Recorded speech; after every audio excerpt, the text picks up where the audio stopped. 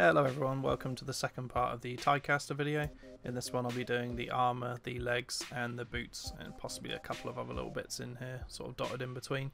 Sorry the video's taken a while to get out. Unfortunately the weather here is scorching, which means sitting indoors with the fan on is the only option. Unfortunately the fan makes a lot of noise, so I've had to sort of wait for a cooler period. But anyway, so I've started off by base coating the model with our dark sort of flat green colour, which is black mixed with scurvy green or scurf green, depending on which Vallejo green you've got. They're the same colour, sometimes it has a different name, much like tank brown and armour brown, same thing, different name on it though.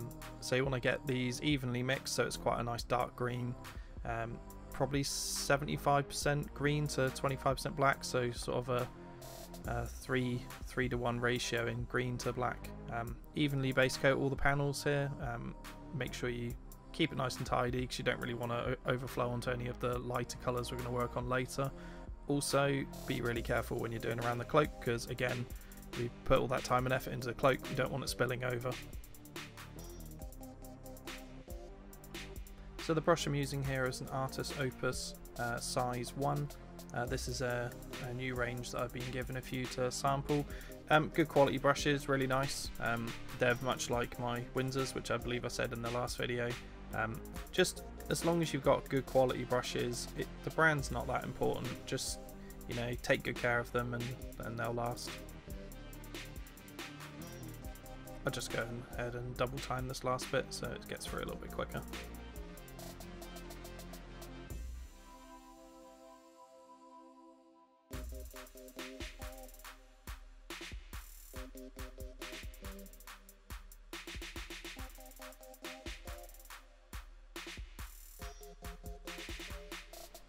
So using our scurvy green mix, we're going to put on the first edge highlights all around the armour plates, and also layer in some sort of smoother, sort of feather in some transitions around the plates.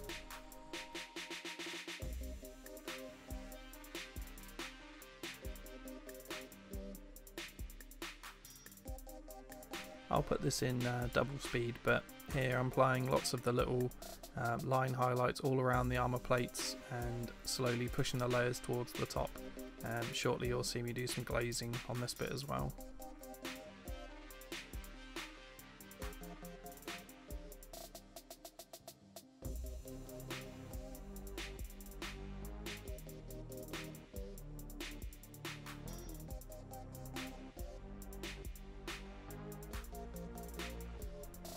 So what I'm doing now at this point is I'm going to take some of the layer, put it to one side of the palette, mix it with quite a lot of water, and then just sort of glaze it over the armour plates and push it so the pigment rests towards the top of each of the areas I'm colouring.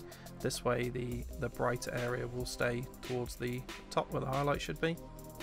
It's kind of hard to see in this because the colours, while they're wet, look very similar. Once it's dry though, you'll be able to see the transition there to the top of the armour plate. Unfortunately, like I said, while it's a bit damp, you can't see it. For the second highlight around the edge of the armour plates, we're going to take the same green we had before but mix a little bit of white in. As you do each highlight, just mix a little bit more white in each time. A lot of these edge highlights you can hit with the edge of the brush. You can see that I'm doing that there. So you don't even have to use the tip, just run the edge of the brush along them, they're quite sharp. The ones towards the middle though, you will have to be quite careful to paint a quite small little line in there. You don't want to completely highlight over the previous colour we just did. Keep it more towards the top and sort of central parts of the armour plate. You can leave, like, each time you put on a new highlight, imagine sort of if you go 100% away along the line, the next highlight go 75%, the next highlight 50%, the next highlight 25%, and then finally finish with a little dot on the tip. This way you get like a gradient along your highlight as well, and then that combined with the glazes on the armour panel, you get some really nice light work coming through.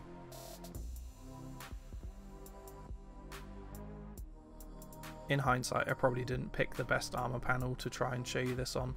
It's kind of fiddly, the model's quite small, the cloak gets in the way quite a lot, so when I'm trying to paint it I keep having to flip the model around to get in all amongst the different angles of it, which you would have to do yourself. It's just even harder having to do it while also keeping it sort of in camera in a place where you can see it and I can see it.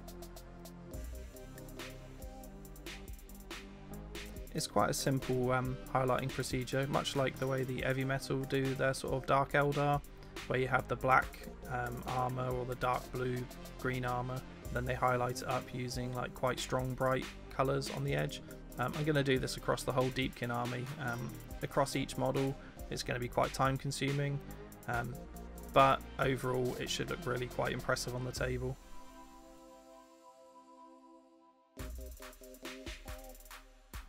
For a single figure piece like this, doing all these little edge highlights is no bother. I mean, doing it across an army though, like I said, it is going to be time consuming, so maybe pick something, if you're going to do a 2,000 point army, that you can replicate quite quickly, unless you are going to spend, you know, a year or so painting it. I mean, this will probably be a good 6 to 8 month project for me.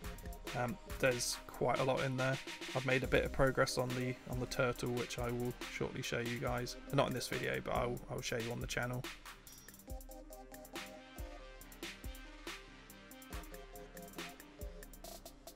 So again, for our next highlight, a little bit more white mixed in there, so this should be like quite a light green colour now. We're mixing white instead of cream like we did with the cloak here, because we don't want them to look the same colour. We want them to have the same base colour in, but we don't want them to have the same overall sort of tone. So by mixing the white in, we'll get a different colour than if we mix the cream in. It's quite important to have it similar, but not so much that it just sort of all looks like it's the same material or same colour across both. But you want it sort of close, but not.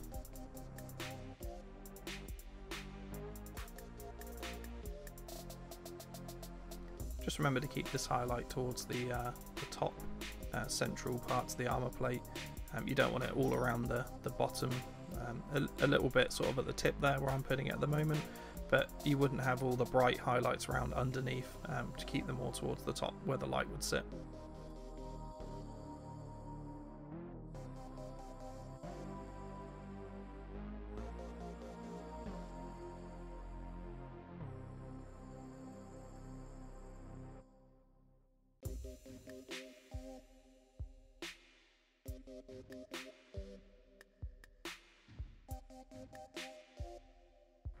Okay, so now I'm just getting some of the pure white prepped on the brush. Keep it nice and thin. You don't want a big splodge on here. I'm just going to tap the corner plates where all the lines intersect on the armour here, just to get that final bright spot highlight. I kind of like doing this across the whole model, which you'll see later on the boots and the legs and everything else. Some people aren't really a fan of this white dot highlight, but I think when you're looking at an army from a few feet away on the table, this little spot highlight really does show up, and it draws people in to sort of look at the other work you've done. So it's more of a nice sort of finish that will sort of draw the eye.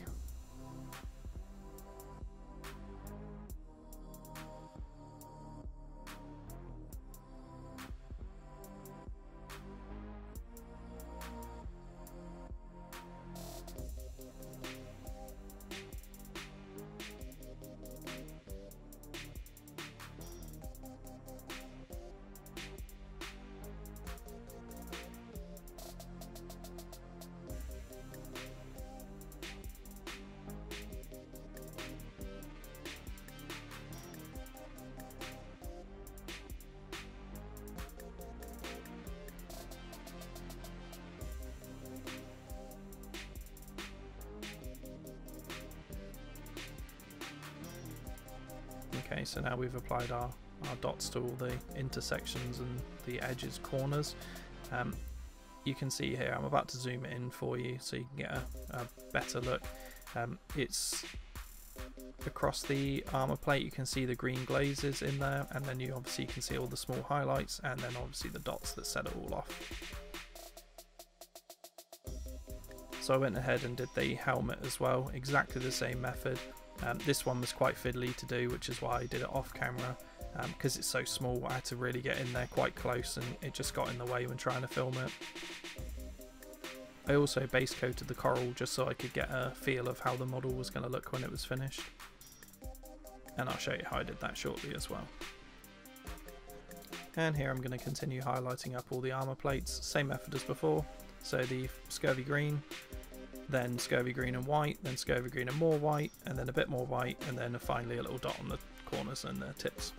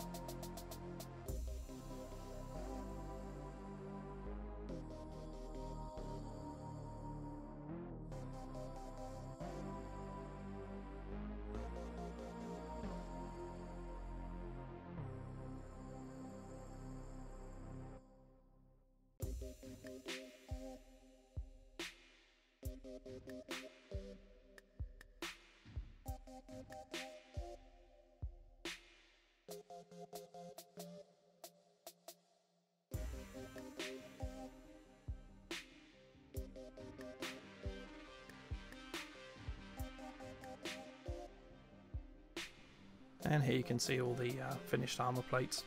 So this did take quite a bit of time going around and highlighting up all of the individual sections, but I think it actually is starting to come along and look quite nice. Once the rest of the base colours are in, the armour will really sort of stand out and you'll be able to see it a little bit more for what it is.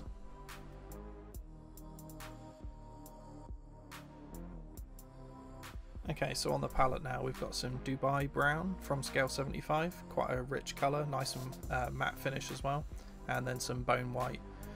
So I'm going to start out with a base coat for the boots, which will be just flat Dubai Brown across the whole thing, and then I'm going to mix in a bit of Bone White for the first highlight here.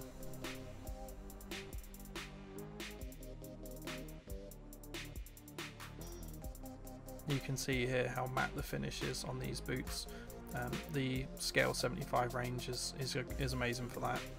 You always get a really strong, nice flat finish from them.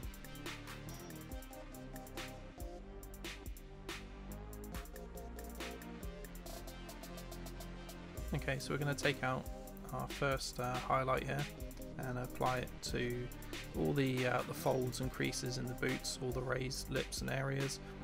Leave some of the base coat, obviously from the the flat Dubai Brown underneath, but obviously focus on hitting up all these edges, like all around the raised parts, and then we need to put a soft highlight across the front of each boot. This will be done with sort of a thin watered down glaze, a couple of layers, and then just feather it in.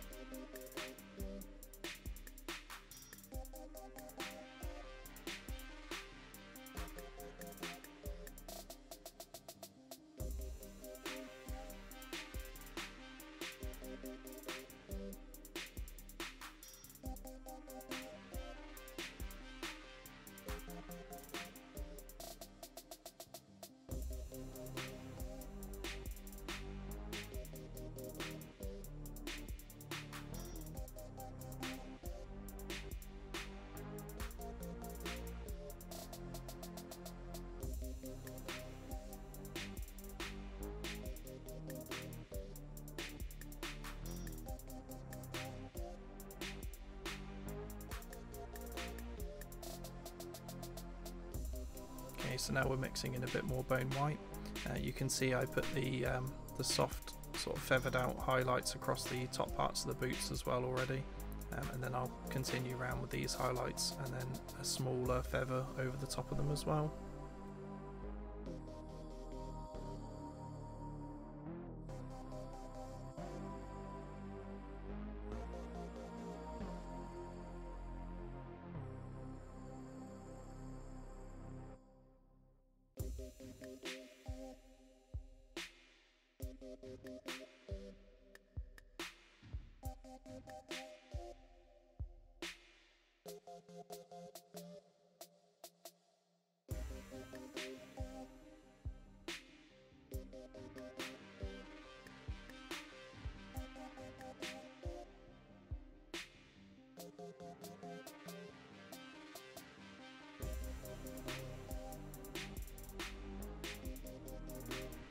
And for the next highlight we're going to add in a bit more bone white. I went ahead and finished her left boot, but I've left it open to do the highlight on the right boot here.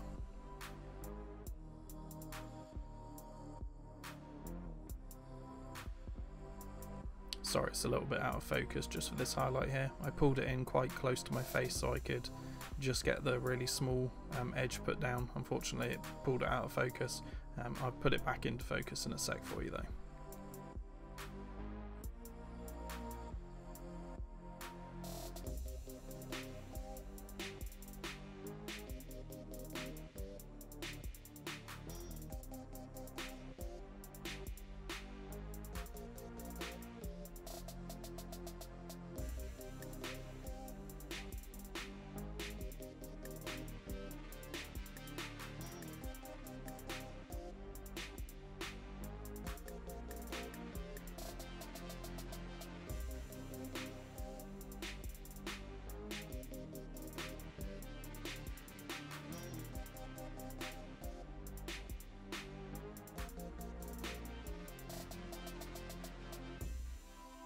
And then to finish off the boots, just like we did with the armour, I put a tiny little white dot at the corner of a few of the creases.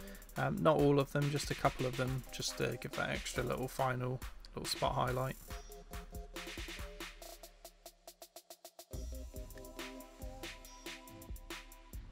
Okay, so for the legs I've gone ahead and mixed together a little bit of graphite grey from scale 75 with model colour black. Quite a dark ratio here. I wanted a nice solid base colour to build up from, so this is probably two dots of black to 1 dot of grey, just to get that really nice the deep shade down already.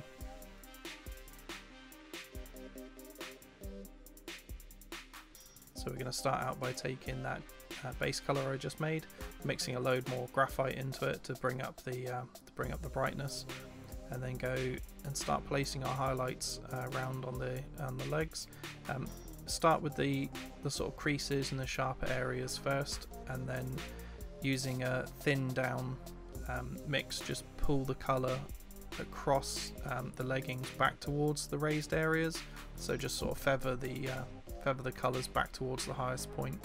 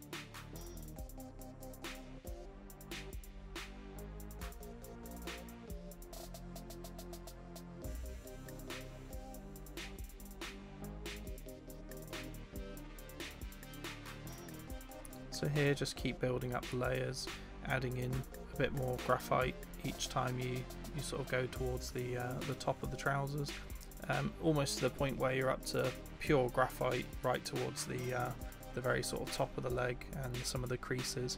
And then again, just to finish it off, just do the little white dots as we did before with the boots and the armour, just on a few of the creases.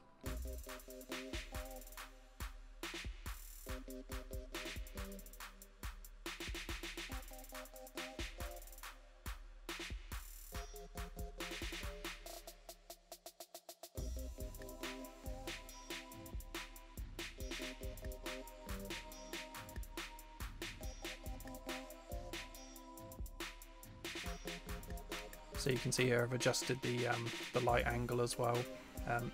I have taken it up right up through to graphite with a little bit of white towards some of the edges.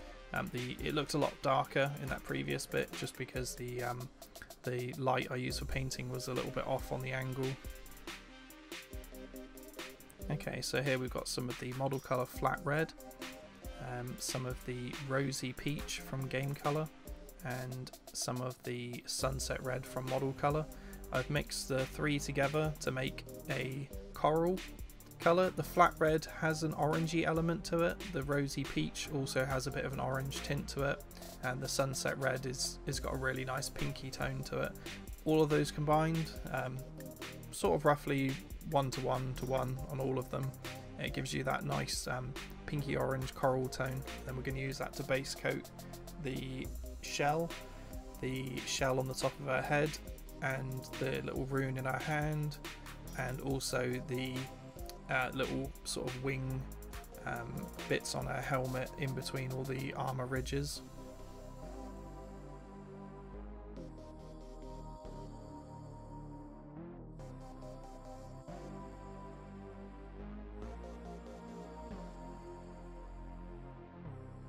Doing this little staff and fish separately helped so much with regards to being able to actually get to all the pieces. If this was on the model, you'd have a real job painting all of these parts. This bit has to be done separately, really. Again here, just get a nice smooth base coat over the top. It will dry quite matte anyway, just because of the colours chosen, the flat red especially.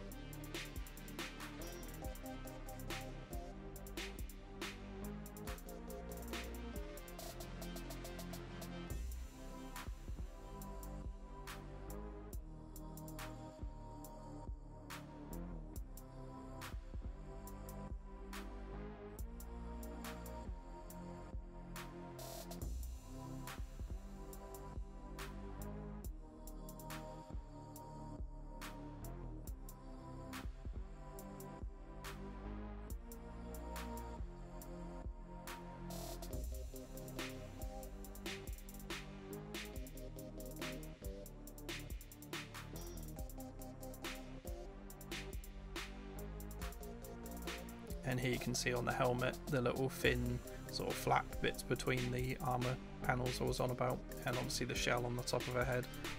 These required quite a few base coats. The colour I mixed up is quite thin, so 2 to 3 layers to get those looking nice and flat. I also painted the little tassel with just flat sunset red, and then I've mixed in white for each layer and slowly built it up. The previous bit I recorded was completely off camera, unfortunately. I was holding it at a weird angle. It was quite a hard one to sort of show and get the brush in the right position, because you have to attack it from this angle because of the way the cloak folds. It's quite hard to get it from the other side. So all I've done here is the sunset red from model colour with white mixed in, just slowly each layer, a bit more white, and then a tiny little dot of white off towards the end of all the tips to just pure white. Okay, so that sort of brings us towards the end of the part 2.